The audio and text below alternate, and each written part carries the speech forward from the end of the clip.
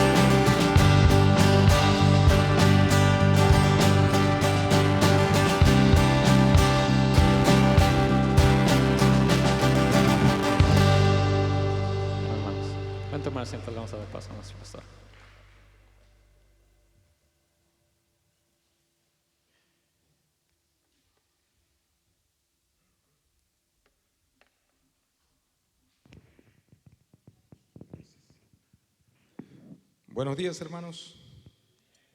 Buenas tardes para otros.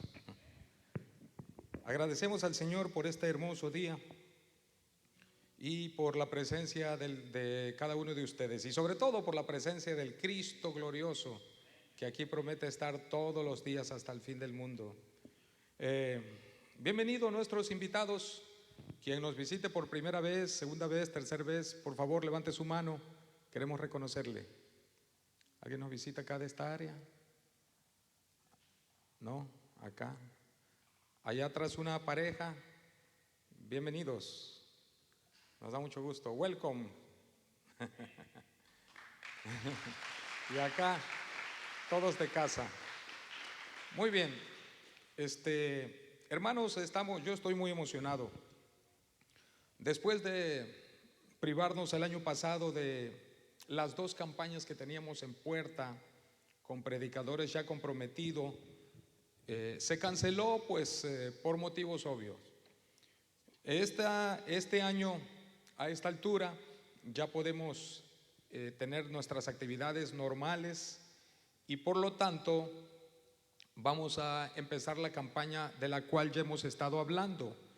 Y les reitero que este miércoles va a empezar. Tomen nota, miércoles 2 de junio, este miércoles que viene, va a empezar. Este miércoles va a ser por Facebook. El pastor va a estar en mi casa y de allí vamos a transmitir como lo hago yo cada miércoles. Entonces, miércoles por Facebook, les estoy ahorrando el viaje. Pero a partir del viernes, recuerden que el jueves no tenemos porque aquí está ocupado. Pero a partir del viernes, sábado y domingo va a ser con presencia física aquí. Por lo tanto, yo les invito para que se siga apoyando de las 3 maneras que en un evento como este se debe apoyar. La primera manera es, número 1, orando. La segunda manera es invitando. Y la tercera manera es pues asistiendo. Entonces sigamos orando, invitando y asistiendo. A partir del viernes, en el nombre de Cristo, yo confío de que vamos a tener una hermosa campaña. El pastor invitado fue el que en noviembre, el pastor Juan Manuel González Martínez. Él es el que en noviembre nos dio un tema del matrimonio. Entonces la temática es restaurando matrimonios. El poder de Dios es suficiente para eso y más. Y yo sé que todos nos vamos a edificar. Por lo tanto, yo quisiera que todos ustedes estuvieran presentes, que hayan apartado esta fecha y que estén listos para aprender la palabra de Dios. Por favor, no se quede en casa. Venga a partir del viernes a las 7. Viernes a las 7. Luego, sábado a las 6 de la tarde. Viernes 7 p.m. como cada campaña. Sábado 6 de la tarde como todas las campañas. Y el domingo en este horario regular 12:30 del día.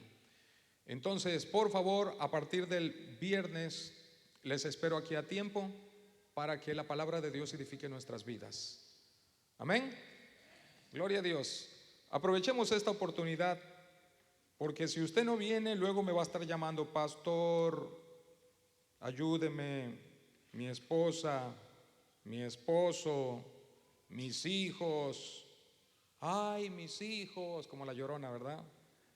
Entonces mejor venga y llore aquí en esta campaña pidiéndole al Señor ayuda y remedie lo que en el futuro pudiera acontecer si no aplicamos la palabra de Dios. Dicho eso, entonces cerramos el anuncio de la campaña. Muy bien. La semana pasada, hermanos, oramos aquí al frente por la familia Nolasco. Dimos a conocer la tragedia que hubo, que su hermana vino aquí a la boda y un día antes de la boda pues se tuvo la triste noticia, ¿verdad?, de lo que le aconteció, y ella partió con el Señor. La buena noticia es que ella era una hija de Dios y muy activa en su iglesia y está con Jesucristo, no por lo activa que fue, sino por lo que Cristo hizo en el sacrificio en la cruz por ella, y ella lo creyó. Obviamente una situación así saca de mucho balance en todos los aspectos, afecta, incluyendo el económico. Yo quisiera, hermanos, que le recogiéramos una ofrenda. Una situación como esta genera pues muchos gastos.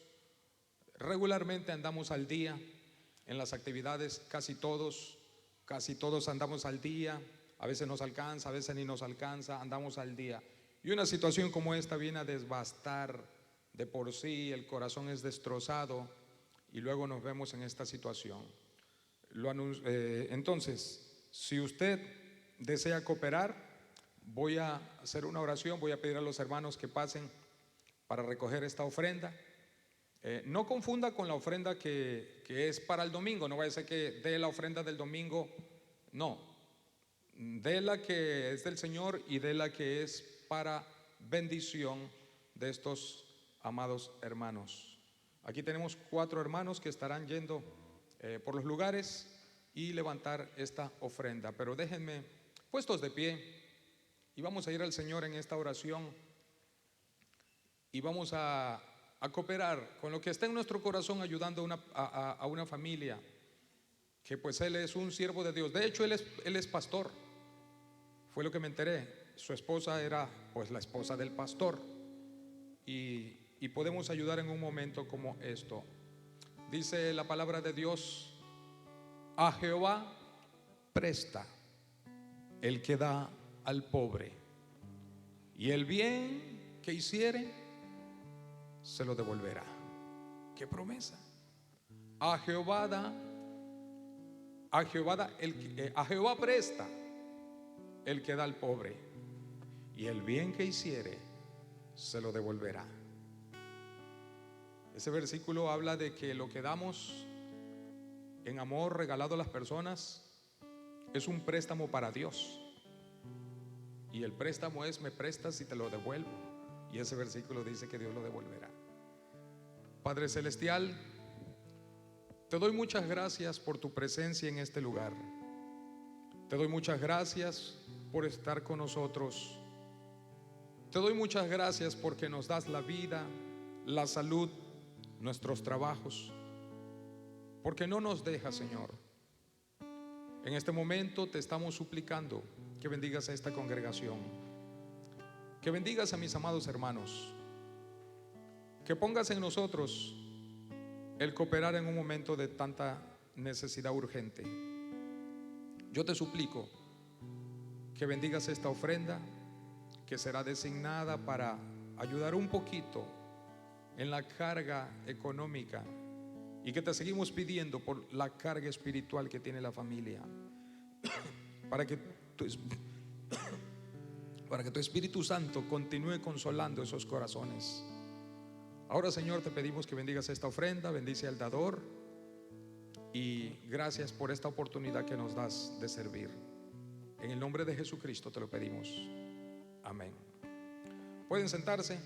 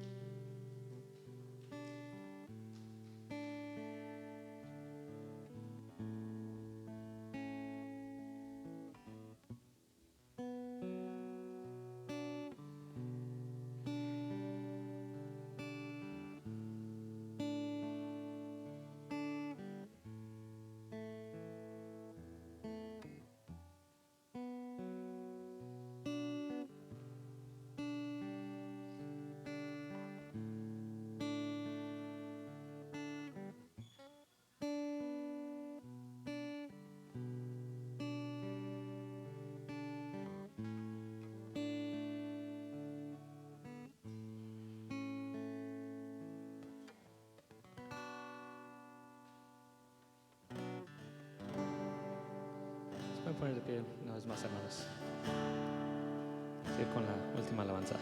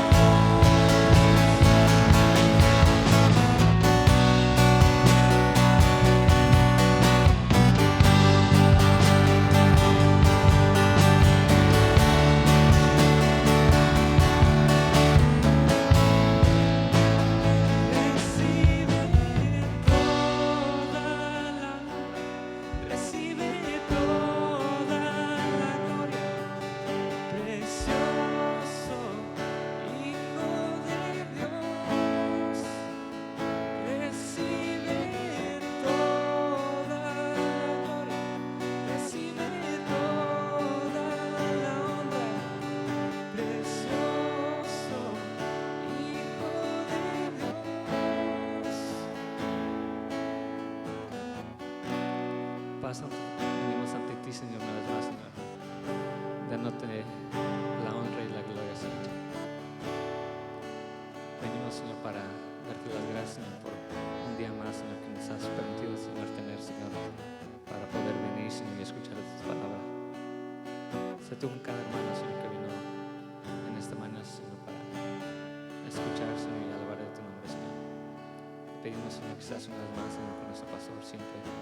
Sé tú con él y su familia, Señor. Su salud, Señor, siempre usándolo, Señor, en todo momento. Una vez más, Señor, te pedimos por la familia Nolasco. Sé tú con ellos.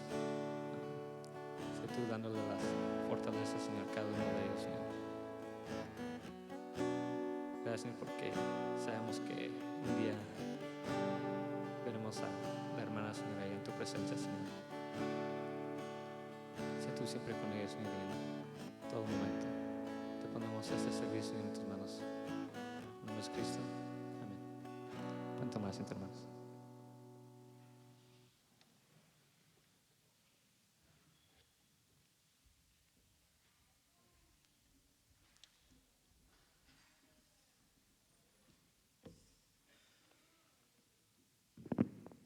Apocalipsis capítulo 1, por favor. Vamos a continuar con el mensaje anterior, la revelación del Cristo glorioso. Apocalipsis 1. Déjeme ir una vez más al Señor. Padre Celestial, te doy muchas gracias porque nos has permitido este día, Señor, para venir y adorarte. Ahora te suplico que bendigas tu palabra y que tu Espíritu Santo nos ayude a entenderla, a aplicarla y a compartirla. Te doy muchas gracias por tu presencia y por cada persona aquí presente. Todo tipo de necesidad, Señor, en el nombre de Jesucristo, ayúdanos y glorifícate. En el nombre de Cristo te lo pedimos. Amén. Muy bien, Apocalipsis 1. Dijimos que la palabra Apocalipsis, que el sentido más literal significa correr el velo, que es donde uno recorre el velo para ver hacia el futuro.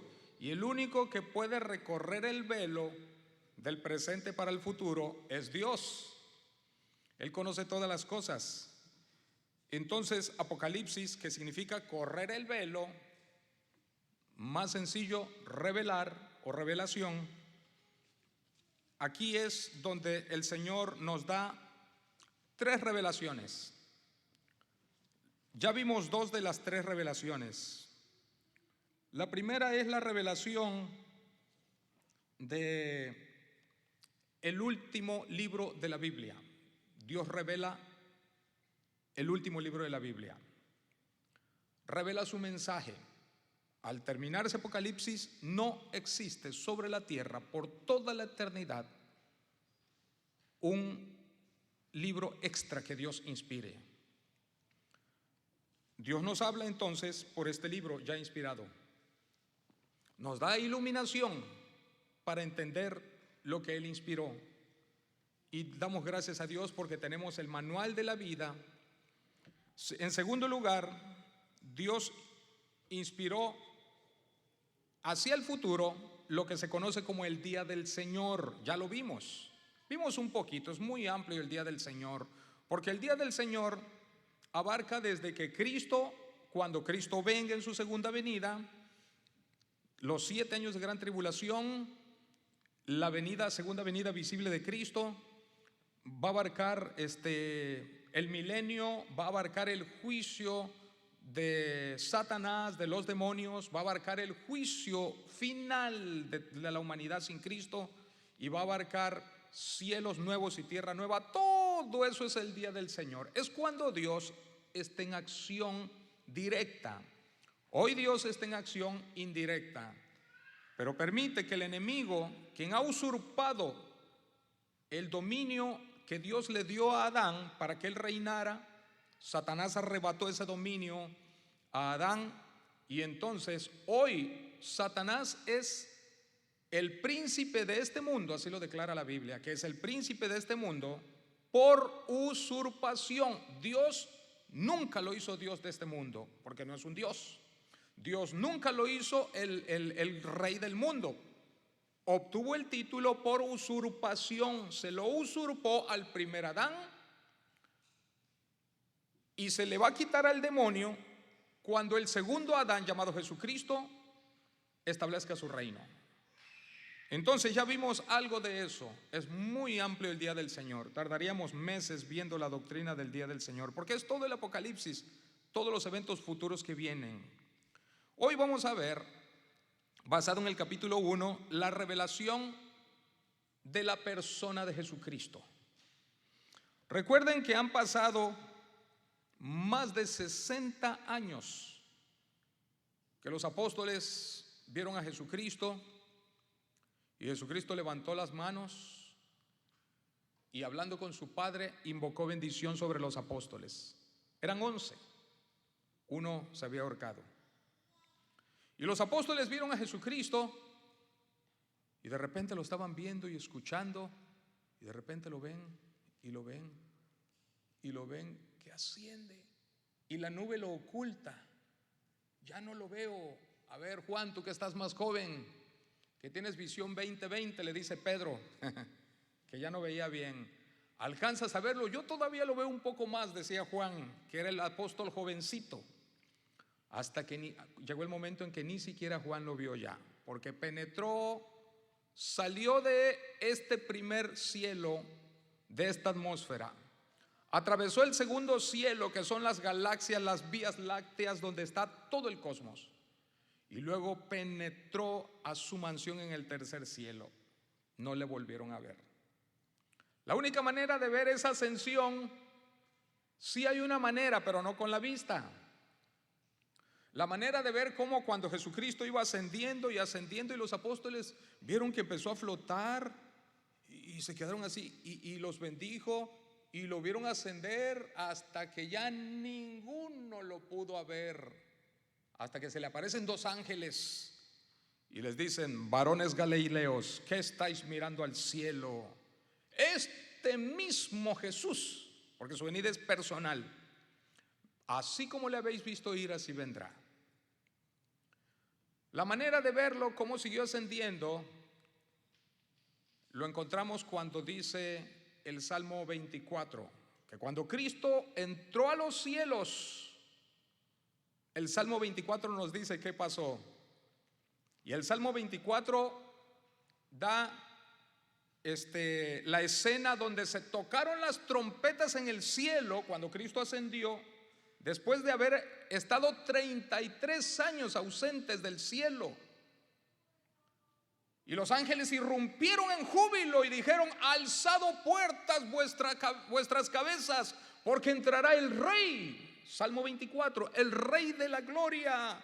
¿Quién es este Rey de gloria? Jehová el fuerte y valiente, Jehová el poderoso en batalla, Jehová, Él es el Rey de la gloria. Y luego la continuación lo dice Daniel, cuando dice: y se acercó el Señor al anciano de días, o sea, al Padre, y se acercó hasta el trono del Padre.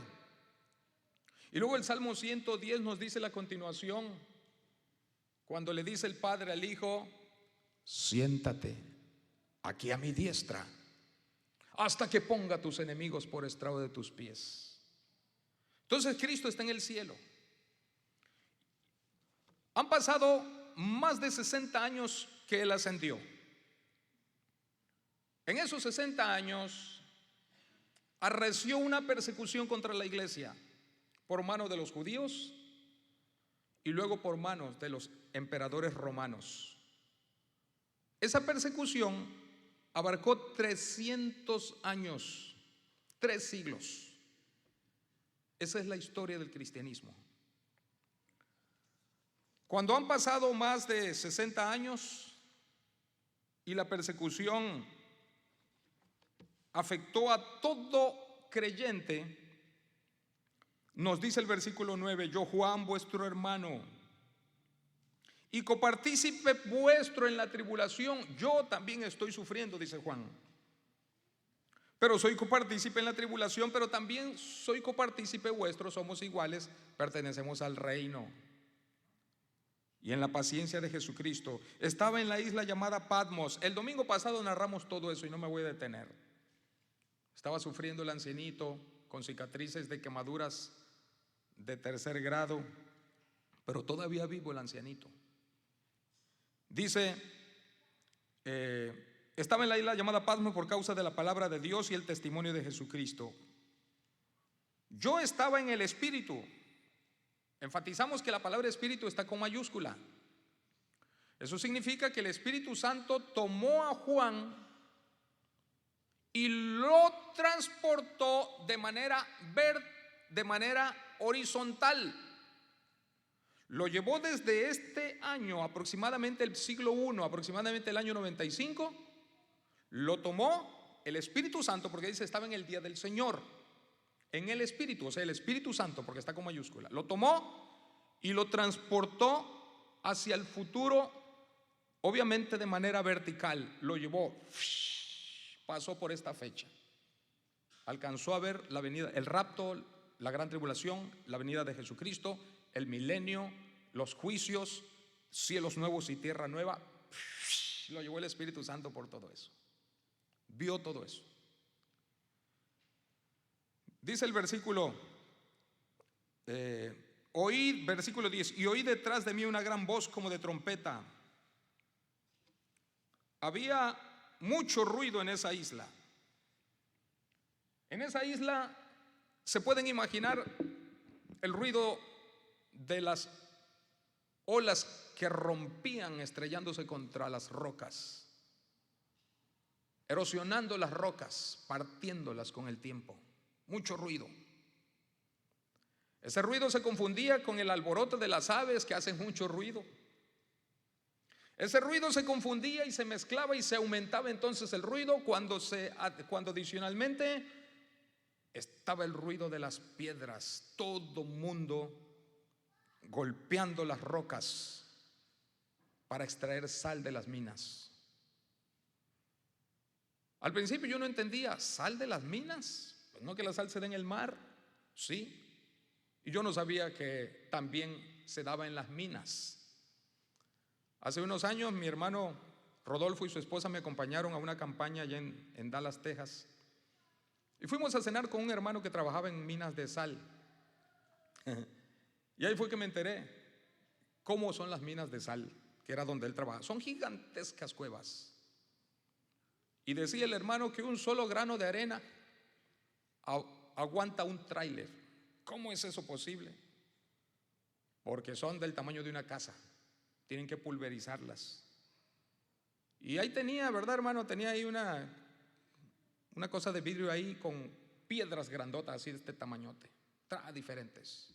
No sé si ustedes conservan alguna, ¿verdad? ¿Qué es eso, hermano? Pensaba que era, no, es sal. Esta sal se da del tamaño de una casa. Y luego fuimos a un museo donde tenían un grano de sal. El grano de sal estaba, pero como 1,5 metros por 1,5 metros y por 1,5 metros. Ese es un grano de sal. Ya el hermano Rodolfo tenía miedo que la esposa enojada le aventara el grano de sal en la casa. Entonces, esa es la sal más común. La otra es la sal del mar, que todavía es más nutritiva. Entonces hay dos tipos de sal. Ahí se daban las dos. Y en la isla de Patmos golpeaban contra esas rocas hasta pulverizarlas y extraer la sal. Ahí estaba, mucho ruido. El látigo caía sobre la espalda de todos los esclavos, entre ellos el apóstol Juan y otros cristianos. Reventaba en las espaldas de esos creyentes, donde los atormentaban por su fe y los esclavizaban a sacar sal, por lo que el apóstol Juan sufría. Las trompetas, tanto de metal que ya existían, como la de los cuernos de los carneros, sonaban constantemente también. Pues en medio de todos estos ruidos que se sumaron y era un gran ruido, sobresalió un ruido todavía más fuerte, único, nunca lo había oído el apóstol. Y dice el versículo 10. Yo estaba en el Espíritu en el día del Señor. Ya vemos que el Espíritu es el Espíritu Santo que lo llevó al día del Señor. No era el domingo, ya lo declaramos todo eso el domingo pasado, sino es los eventos de apocalípticos. Y oí detrás de mí una gran voz. La Biblia, el libro de Apocalipsis, las sectas lo espiritualizan o lo alegorizan, que es lo mismo. ¿Qué significa alegorizar? ¿Y qué significa espiritualizar? Alegorizar o espiritualizar es cuando el pastor, el líder, lee una parte de la Biblia, no entiende el contexto y le da su propia interpretación. Eso es alegorizar. Eso es uno ponerle la interpretación que a mí se me ocurre y se sacan doctrinas.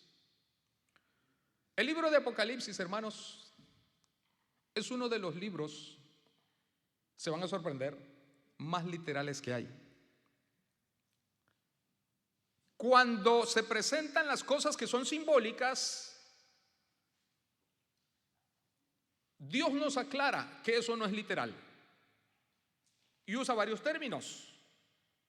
¿Cuáles términos usa Dios para que en el Apocalipsis y en toda la Biblia, pero especialmente en el Apocalipsis, entendamos que es una revelación literal, una profecía literal, no es espiritual sino literal, y que cuando nos habla de cosas espirituales o simbólicas, Él nos los aclara de dos maneras. Número uno, usa dos tipos de palabras, expresiones. Primera expresión, ¿cómo? Entonces cuando yo leo esto y me encuentro la palabra ¿cómo?, me doy cuenta que lo que dice es simbólico para compararlo con aquello. La otra palabra es la palabra así. A veces aparecen juntas, así como. Entonces lo que yo voy a leer, me tengo que enterar que esto que viene no es literal, porque me dice así como. El reino de los cielos es semejante. ¿Se dan cuenta cómo empieza Cristo en Mateo 13? El reino de los cielos es semejante.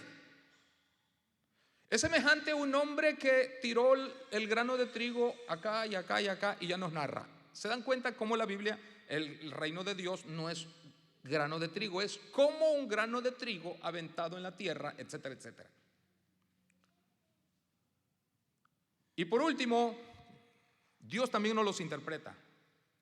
Y así podemos entender la Biblia sin que yo le dé mi interpretación, porque eso es malo, porque ya no estoy interpretando la Biblia, sino que yo estoy dándole mi propia interpretación. Y dice la Biblia que ninguna profecía es de interpretación privada. Se interpreta la Biblia a la luz del contexto de los 66 libros. Y así se interpreta bien, con la sabiduría del Espíritu Santo. Por eso Juan dice en el versículo 10: y oí detrás de mí una gran voz, como de trompeta. No sonó una trompeta. La voz de Cristo fue tan poderosa que todos los ruidos que ya habíamos mencionado, que sumados eran intensos, sobrepasó todos esos ruidos la voz, como de una inmensa trompeta, pero era la voz del Cristo glorioso, que decía, versículo 11: yo soy el alfa y la omega, el principio, el primero y el último. Escribe en un libro lo que ves y envíalo a las 7 iglesias. ¿En dónde estaban esas iglesias? En Asia. Es lo que hoy se conoce como Asia Menor. Se encuentra en Turquía.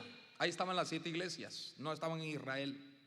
Allá estaban huyendo los cristianos y en Turquía levantaron 7 iglesias. A esas 7 iglesias se les envía este mensaje. Pero dice la expresión, dice: escribe en un libro lo que ves y envíalo a las 7 iglesias. Muy bien. Hay 5 revelaciones que Cristo nos da aquí. La primera revelación: Él se presenta como el Eterno. Vino a hacerse humano, pero ya existía en la eternidad pasada. Resucitó ese cuerpo y permanece por la eternidad futura. Por eso en su ID, en su credencial de identificación, se presenta: yo soy, ¿quién? Alfa y Omega. Como le está hablando a Juan, el idioma que se hablaba era el griego y el arameo. Pero el griego era la lengua mundial. Era el lenguaje de los grandes filósofos de Grecia, de los grandes científicos y de los grandes pensadores. Era la lengua culta, era la lengua del poder. Y Dios en esa lengua inspiró su palabra. Y el alfabeto griego, la primera letra del alfabeto griego es alfa. Y la última letra del alfabeto griego es omega. El alfabeto nuestro es A. La última letra de nuestro alfabeto es Z. En el griego es alfa. La última letra omega. En medio de eso se encuentran todo el lenguaje que hablaban. Cristo se presenta como el Eterno. Soy el primero y el último, el alfa y la omega. Entonces se presenta como el Dios eterno que tomó un cuerpo humano, el Dios Hijo que tuvo que venir a este mundo. Su cuerpo duró 33 años, murió y resucitó ese cuerpo para ser inmortal por toda la eternidad, a como será el cuerpo de los creyentes en Cristo cuando muramos y nos resucite el Señor Jesucristo. Entonces primero se presenta como el alfa y omega. Él es el eterno, Él es indestructible, Él es el que fuera de Él no hay nadie, no hay Dios. Es un solo Dios manifestado en 3 personas. En segundo lugar, se presenta como el que habla a sus iglesias. Cuando yo leo este libro, el Señor me habla a mí. Cuando yo abro este libro aquí delante de ustedes, el Señor habla a la iglesia. Entonces Dios envió a Jesucristo para que le dijera a Juan que faltaba la última revelación. A través de esa revelación le iba a hablar a su iglesia. Dice el versículo 11: yo soy el alfa y el omega, el primero y el último. Escribe en un libro lo que ves y envíalo a las iglesias. Dios iba a hablar, era su palabra escrita, que el deseo de Dios es que esa revelación, la última, llegara a sus iglesias. Así que imagínense el apóstol Juan, el viejito, 95 años aproximadamente, demasiado desnutrido, piel tostada por el sol quemante, su espalda tatuada a latigazos con tremendas heridas que cicatrizadas, sus manos llenas de callos, ampollas que reventaron y se hicieron callos. Ahí anda el apóstol picando, clic, clic, clic, tac, tac, clic. Juan, clic, clic, tac. Juan. Me volví para ver la voz. Dios le está hablando. No era el capataz que le estaba gritando. era su Señor, al que conoció y en quien se recargaba en su pecho, aquel que él vio sus heridas. Y la última vez que lo vio fue cuando ascendió el Señor. Aparece más de 60 años después en esta isla para hablarle. Y le dice: escribe en un libro, ese libro que usted acaba de abrir, que ya lo tenemos, y envíalo a las 7 iglesias. Así que cuando Juan se fue a dormir ahí en ese piso, en alguna de las cuevas que recorrían la cerca para encarcelar a los reos, allí Juan empieza a escribir por inspiración divina todo el Apocalipsis. Ya lo tengo. Ya lo tengo. Fue un gran trabajo. Escribió 22 capítulos. No más, nunca más existirá revelación de Dios escrita. Todas las que salgan no vienen de Dios. Juan escribió la última y se las iba a heredar a las iglesias, porque las iglesias tenemos la responsabilidad de conocer lo que Cristo reveló en su palabra, entenderlo y compartirlo a los demás. Entonces las campañas no son moda. La gran comisión no es moda. Los viajes misioneros no son moda. No es porque querramos, no es porque no tengamos otra cosa que hacer. Es porque es un mandamiento y es la prioridad. Entonces ya Juan tiene la primera parte de su trabajo. ¿Cuál es la primera parte? Dice: escribe en un libro. Ya tiene 22 capítulos. Pero el Señor le acaba de dar otra orden. ¿Cuál es la otra orden? Envíalo. Ya lo tengo. Envíalo. ¿Cómo? Señor, ¿me puedes decir cómo? Clink, clink, clink. Las cadenas. Señor, ¿dónde estás? ¿Me puedes decir? Clink, clink, clink, clink, clink. Oh, cadenas en los pies. ¿Cómo lo envío? Estoy encadenado. No podemos salir de aquí. Dios le dio sabiduría. Y a mí me gusta meditar sobre esto. Imagínense cuando Juan tuvo que idear cómo sacar de allí el mensaje para que se cumpliera la orden de Dios.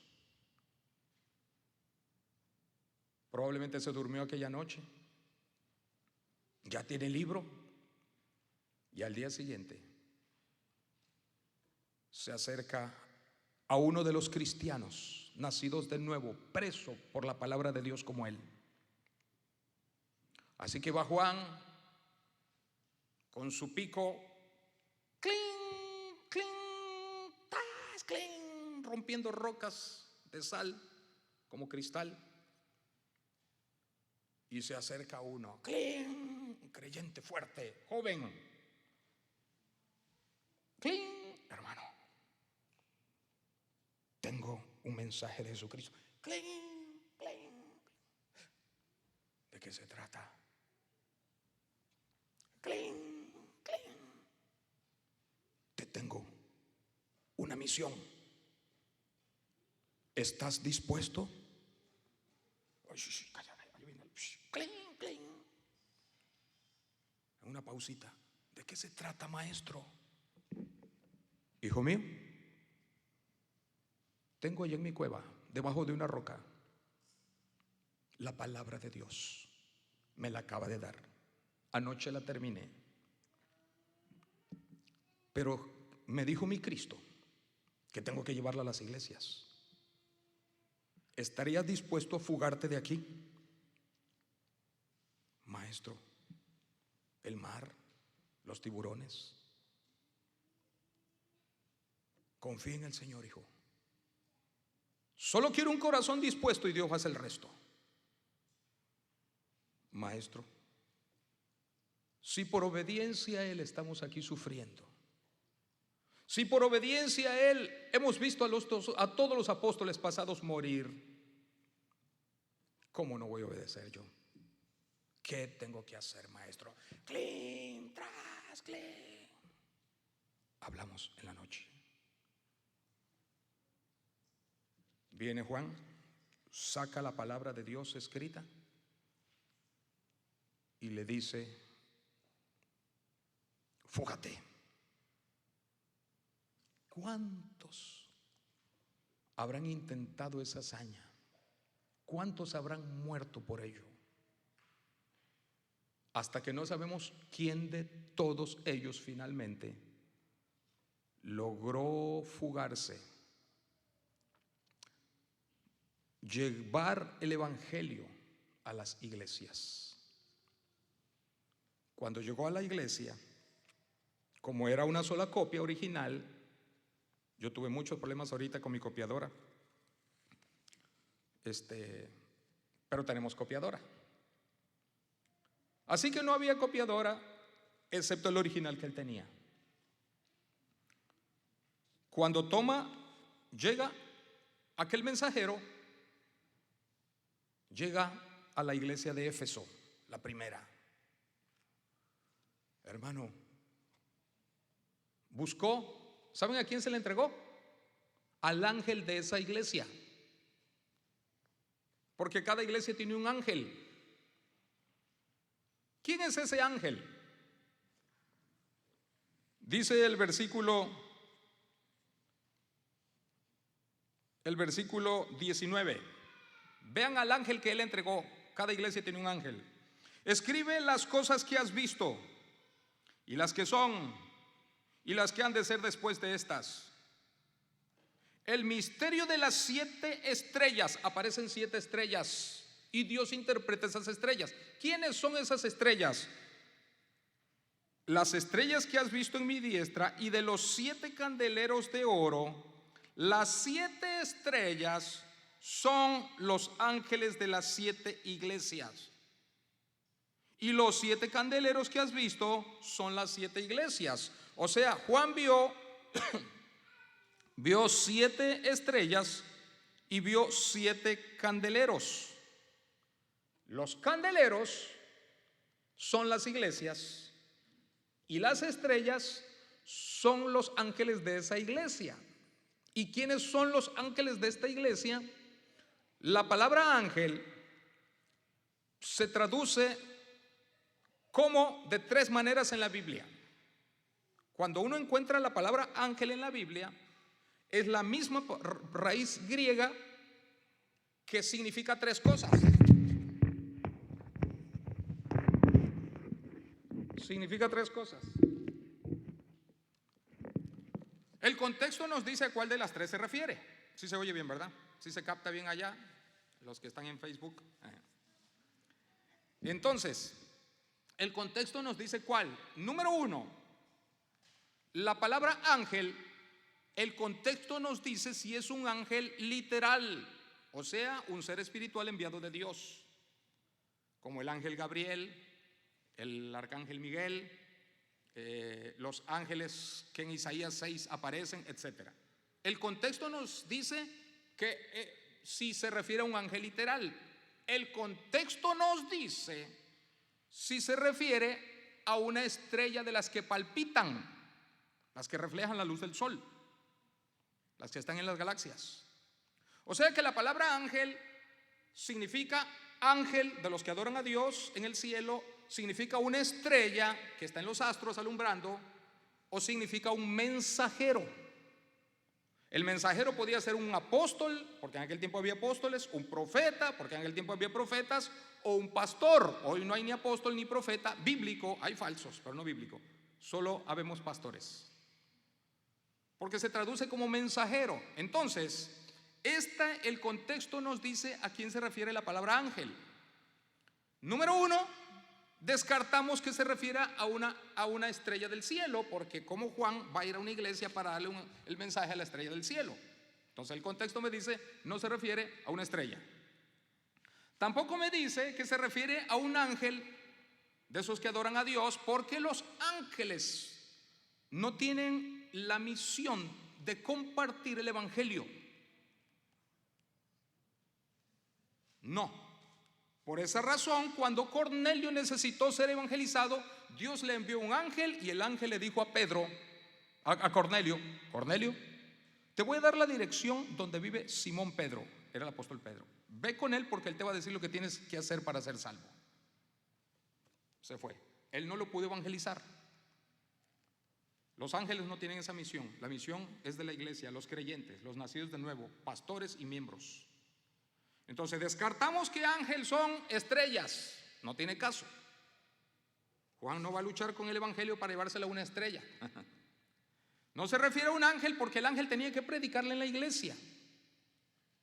Y los ángeles no pueden predicar el evangelio. Se refiere a los pastores.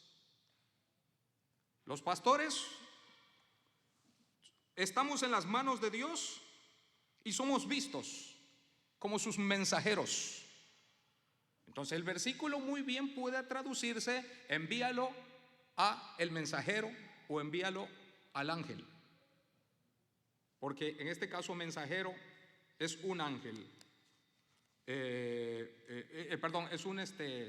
es un ser humano, aunque los ángeles también fueron mensajeros de Dios, pero no para predicar el evangelio. A María se le apareció con un mensaje, fue el mensajero de Dios, pero no para predicar el evangelio, para que le dijera cómo Dios iba a poner en su vientre a Jesús. A Daniel también, pero nunca para compartir el evangelio. Entonces Juan envía, dice el versículo 3, regresemos al 3, y le llegó al ángel de la iglesia. Y dice el versículo 3 que lo primero que leyó el ángel es lo que dice en el versículo 3, o el mensajero o el pastor, que dice: bienaventurado. ¿Van conmigo? Bienaventurado. ¿Quién? Ahora, hay dos cosas. Hay dos bienaventurados. ¿Quién es el primer bienaventurado? Singular. El que lee, porque era un solo original que salió de la isla arriesgando sus vidas a aquellas personas hasta que llegó al ángel de la iglesia o el pastor. Y cuando el pastor la leyó, se llenó de gozo, de felicidad, de bienaventuranza en medio de toda la persecución. Él es bienaventurado porque lee la palabra de Dios. Ahora, los miembros no tenían la Biblia, esa porción, porque apenas llegó y no tenían copiadora. Entonces, cuando el ángel o el mensajero o el pastor leyó esas palabras, se llenó de bienaventuranza. Dios no nos ha abandonado. Y mandó a juntar a los creyentes. Y los creyentes iban por toda la aldea haciendo lo siguiente. Miren lo que hacían. Hacían lo siguiente así, imagínenselo, hacían así. Llegaban, por ejemplo, a un poblado, a una aldea, a un pueblito, a una fonda donde vendían comida. Iban los creyentes y hacían esto así. Véanme acá, hacían así. Es todo. ¿Lo visualizó?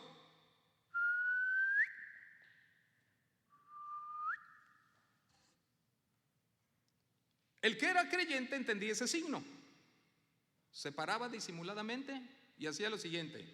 El signo que dibujó el otro era así. El otro venía así. Y completaba la forma del pececito. Esa es la historia. Un pececito así y así. Ya se identificó y venía. ¿Qué pasó? Yo soy cristiano. El apóstol nos envió la palabra de Dios. ¿Quieres escucharla? Y la gente corría a escuchar la palabra de Dios. Como ellos no tenían la Biblia, entonces solo la oían. ¿Y qué dice el versículo? Bienaventurado ahora, ¿quién más? El que oye. Los que oyen. Primero, bienaventurado, singular, el que lee. Y luego plural, los que oyen. Cuánto gozo escuchar la palabra de Dios. ¿Y qué fue lo que escucharon? Lo que dice el capítulo 1 primeramente.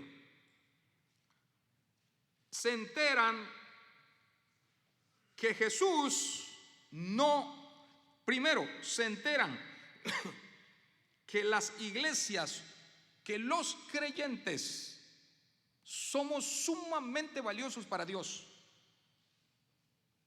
Lo más valioso de este mundo cuando Dios mira hacia la tierra son sus iglesias.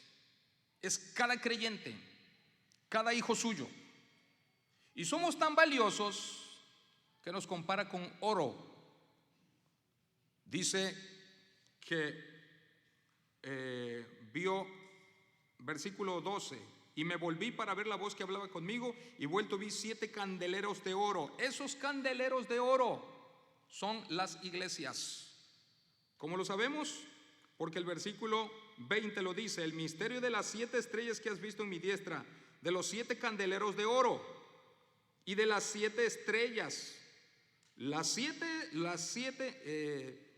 que son los ángeles de las 7 iglesias, y los 7 candeleros, que son los 7 candeleros, son las 7 iglesias. ¿Cómo nos compara Dios? Con algo valioso. Somos valiosos. Dios no va a abandonar lo valioso. Regresará por lo que es valioso. Amén. Se compara con un ladrón, su venida. Un ladrón, la ilustración de la venida de Cristo, al tomar una figura negativa como la del ladrón, es por la sorpresa de la visita que hace. Qué visita, ¿verdad? Un ladrón. Pero un ladrón visita con sorpresa. No, oye, ¿cómo andas? ¿A qué hora vas a estar? ¿Me puedes atender? Es que voy a ir, necesito robarte el carro que tienes en la cochera, pero va a estar cerrada. ¿Vas a estar ahí? Ah, no, a esa hora no puedo. No, esa tampoco. Ah, esa hora sí puedo. Entonces te caigo a las 7. Es más, si hay cena me invitas. Un ladrón no hace eso. Cuando Cristo venga no va a avisar. Va a venir y va a sorprender como el ladrón. Pero un ladrón, cuando visita, viene por algo valioso. Lo que menos vale de todas nuestras casas está afuera, en botes azules o verdes o no sé de qué otro color. Ahí está lo que no sirve. Todo lo que sirve está guardado debajo del colchón, en una caja fuerte. El ladrón no viene por lo que está afuera, viene por lo valioso. Y cuando Jesucristo venga, el mundo está lleno de la basura de la maldad. Pero en medio de este pantano de este mundo tiene algo valioso. Es su iglesia, por la que prometió volver. Cuando ellos escuchan que Dios los ve como lo más valioso de la tierra, no hay nada más valioso sobre la tierra que su iglesia. Y viene por lo valioso y nos llevará. Y la iglesia, que es valiosa, se deleita en la palabra de Dios. Y cuando viene, sale bienaventurado de escuchar la palabra de Dios. Ellos sabían que Dios no los había abandonado, que no se había olvidado de ellos, que habían pasado más de 60 años y que prometió volver, y lo esperaban cada día y no volvía. Pero no significaba que se había olvidado de ellos. Es que en el plan de Dios es inminente y solo Él sabe cuándo va a enviar a su Hijo Jesucristo. Pero no significa que Él se ha olvidado de nosotros, mientras nos sostiene con bienaventuranza su mensaje. Piérdete un mensaje de la Biblia y pierdes mucho, porque como decíamos el domingo pasado, un apóstol, Tomás, se perdió un domingo y le afectó mucho, a tal grado que hasta dudó de la resurrección de Jesucristo. Falta un mensaje. No leas la palabra de Dios y vas a perder mucho. Ven a escuchar la palabra de Dios y Dios te va a hablar. y vas a salir bienaventurado, porque sabes que es la palabra de Dios. No solamente sus iglesias son valiosas, sino que también sus iglesias son cristocéntricas. Dice el versículo 12: y me volví para ver la voz del que hablaba conmigo, y vuelto vi 7 candeleros. Ya vemos que los candeleros son las iglesias de oro. ¿En dónde está Jesucristo? Mire lo que dice el siguiente versículo: y en medio de los 7 candeleros. ¿Quién está en medio de los candeleros? Que son sus iglesias. ¿Quién está? El Hijo del Hombre, el Señor Jesucristo, que prometió acompañar a sus iglesias todos los días hasta el fin del mundo. Cada vez que tú salgas de casa, vente con esa idea: allí se va a presentar mi Señor. Le voy a rendir la adoración, lo voy a alabar y Él me va a hablar. ¿Cómo perderme cita tan hermosa? Y el que es de Dios, las palabras de Dios oye, lucha por venir para ser edificado con la palabra de Dios. Las iglesias son cristocéntricas. ¿En quién debemos de poner la mirada? En el centro, en Jesucristo. Las iglesias no son pastorcéntricas. No pongas la mirada en los pastores, fallamos. No pongas la mirada, no son miembrocéntricos, no son femenilcéntricas. Es que a la femenil y si me falla, no son varoncéntricos, lo que me falló ese varón, no. Son cristocéntricas. Y no murió por mí ni el pastor, ni la hermana, ni el hermano, ni los niños, ni el diácono, ni nadie. Murió Jesucristo. Y a quien vengo a ver es Jesucristo. Y a quien voy a adorar es Jesucristo. Y el que me va a dar la palabra de aliento es Jesucristo. Los demás somos enfermos que estamos en tratamiento en el centro del doctor. Yo ya no voy a ir porque hay hipócritas. Para empezar, si alguien se va de la iglesia porque dice que hay muchos hipócritas, no te acercas a ninguno porque la vas a echar a perder. Además de eso, tengo que pensar que mi motivación no es el ser humano, es el Señor. Y tengo que pensar que es similar a, imagínense un paciente que va al médico y luego allí encuentra uno más enfermo que él y dice: puro mugreo este consultorio. Yo pensaba que todos estaban sanos, yo estoy mal, pero aquí está este enfermo. Me voy de este hospital, están enfermos. ¿Qué es lo que debo comprender? Están enfermos, pero gracias a Dios que están aquí esperando el turno para que les atienda el médico. Yo estoy aquí enfermo y estoy esperando el turno para que el Señor me esté hablando, restaurando, para que yo sea bienaventurado. Entonces, las Biblias son valiosas, las Biblias, también la Biblia, ¿verdad? Pero la iglesia es valiosa. Va para predicadores esa voz, ¿verdad? Me opacó.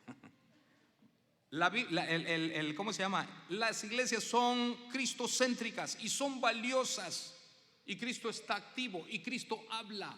Y Cristo escribió para que las iglesias comprendieran el mensaje. Y luego se revela, y termino con esta revelación final de Jesucristo, donde se revela corporalmente vivo. Los testigos de Jehová dicen que Jesucristo no resucitó en su cuerpo, que fue una resurrección espiritual. Los de la unicidad, que niegan al Padre y al Espíritu Santo y solo dicen que Jesús, por eso se llaman Jesús solos, ellos niegan que Jesucristo ascendió con un cuerpo. Es muy triste. Pablo en el año 60 aproximadamente escribió una carta a los Colosenses en el capítulo 1. ¿Y saben lo que dijo Pablo? Escuchen lo que dijo Pablo de Jesucristo. Y si usted lo entiende, va a ser de bendición. Mire lo que dice, lo que dijo Pablo aproximadamente en el año 60. Ya tenía como 30 años que Cristo había ascendido al cielo. Y dijo Pablo lo siguiente, escúchenlo, véanme acá por favor. Dijo lo siguiente: porque en Él, en Jesucristo, habita corporalmente corporalmente toda la plenitud de la deidad. ¿Qué dijo Pablo de Jesucristo? Que en Él toda la divinidad, por eso Él es Dios, habita en el cuerpo de Jesús. ¿Cuándo lo dijo Pablo? 30 años después que Cristo resucitó y que su cuerpo estaba en el cielo, y dijo: mora en ese cuerpo la plenitud de la deidad. La próxima vez que un sectario le diga que Cristo resucitó espiritualmente, enséñale ese versículo. Pues Pablo me dice lo opuesto, que tiene un cuerpo y que en ese cuerpo habita toda la plenitud de Dios, porque dice: en Él habita corporalmente. No dice: en Él habita espiritualmente, si hubiera resucitado solo en espíritu, pero habita corporalmente. Y aquí se presenta corporalmente como el que vivió.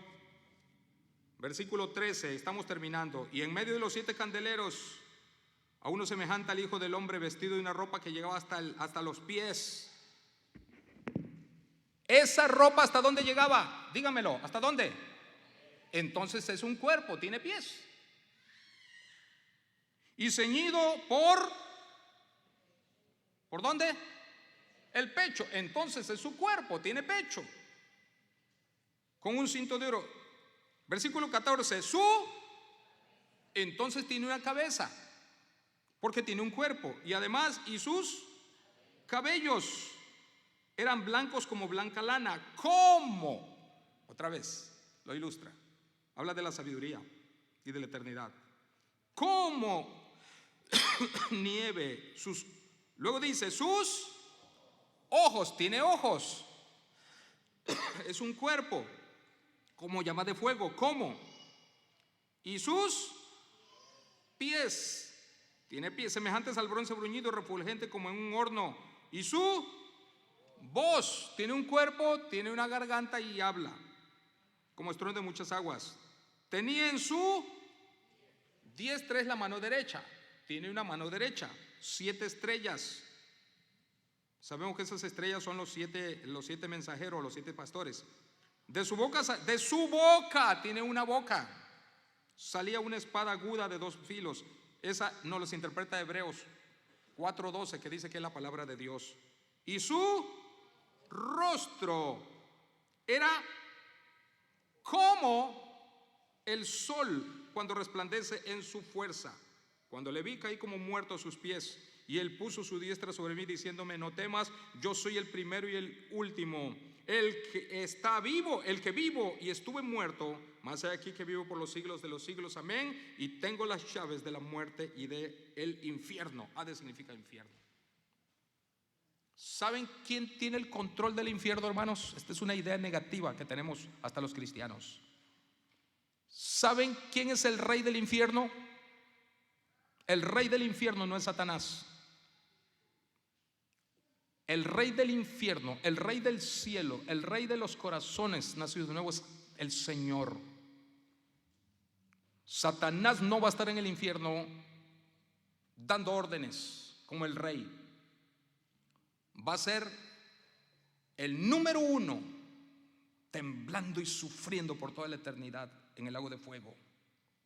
Jesucristo es el rey. Satanás es el rey de los espantos, mas no el rey del infierno. Porque el que tiene el control del infierno, del cielo, de la tierra y de todo es Dios. No hay nada que escape a su control. Satanás y sus demonios estarán por toda la eternidad siendo castigados, no dando órdenes, no diciéndole: a ver, a ese borracho, aviéntale más brasa, ¿verdad?, para que la pague con su cerveza. No, ¿verdad que no? A ese ladrón, ahí está Judas, arrímale, que se roba los diezmos y los ofrendas, arrímale más. Y cuando las vea como dinero, se va a dar cuenta que son brasas ardientes. No va a estar haciendo nada de eso. Es el primero que va a estar clamando, sufriendo por toda la eternidad. Y el que tendrá el control de quién en el infierno tendrá grados diferentes de castigo es el Señor. Porque en el infierno habrá grados de castigos. Pero quien pondrá los grados de castigo no es Satanás, es el Señor. que primero los va a juzgar, y dice, y serán juzgados conforme a sus obras. Esa es la revelación del Cristo glorioso. Termino con esto. Esta visión, aunque menciona sus pies, sus manos, su rostro, su voz, su pecho, aunque menciona todo eso, Dios tuvo la precaución de inspirar a Juan a través del Espíritu Santo para que escribiera que cuando veía cualquier parte física del cuerpo de Jesús, utilizara la metáfora y escribió como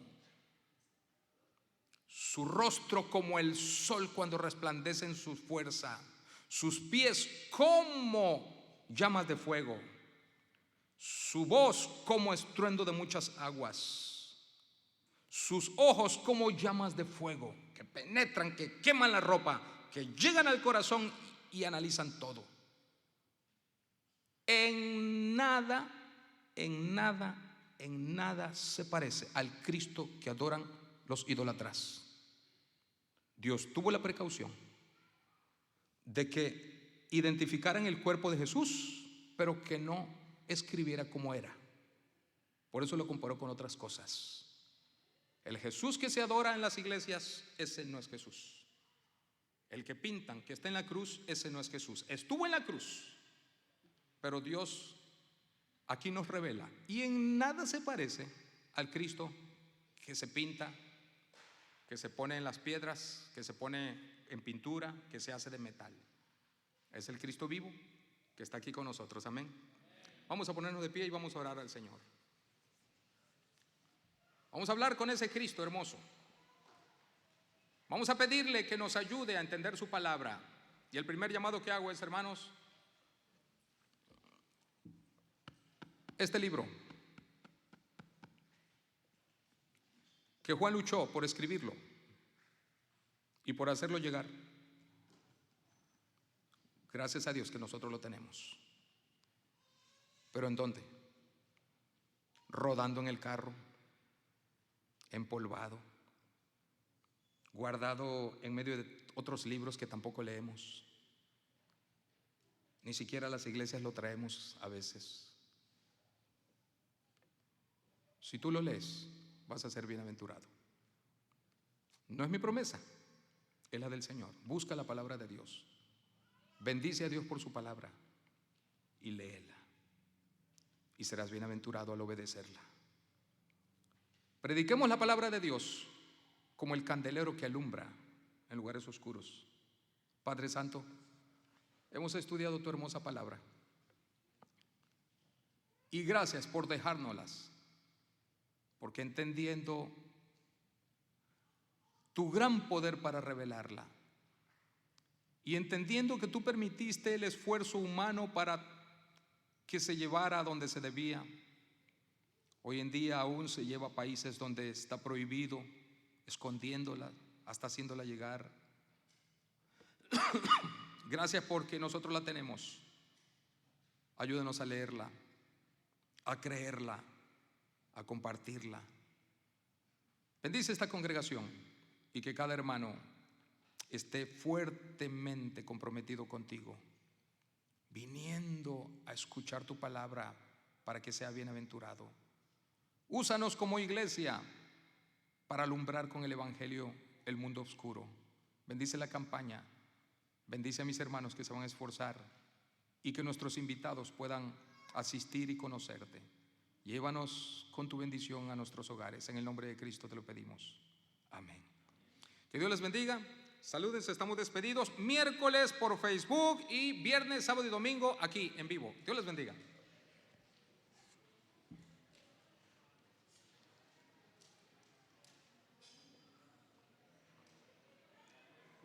Ahorita se la doy. Sí le vi allá, pero